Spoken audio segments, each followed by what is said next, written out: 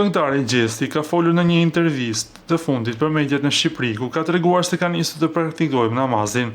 Ai tha se pavarësisht vërtetësive që ka kaluar për të, besimi dhe falja janë bërë një mbështetje e rëndësishme në jetën e tij. Kam pas shumë situata, por kur s'jam dorëzuar, falu se krejt kryhen, falu, e para është më u fal, unë edhe më herët jam fal, por jo tamam. Tash po e shoh që s'po muj me hjek dhimbten.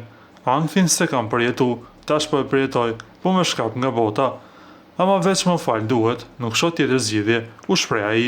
Gjesti shtoi se përmes faljes ndjen qetësi shpirtërore dhe stabilitet më të madh emocional.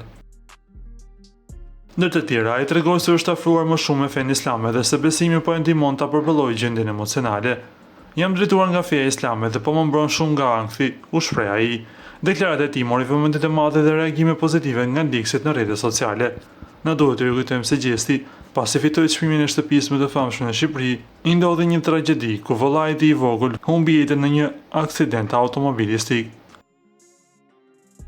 Para se të ndiqni lajmin, ju lutem klikoni tek butoni subscribe për të marrë të rejat më të fundit nga showbizi shqiptar. Faleminderit.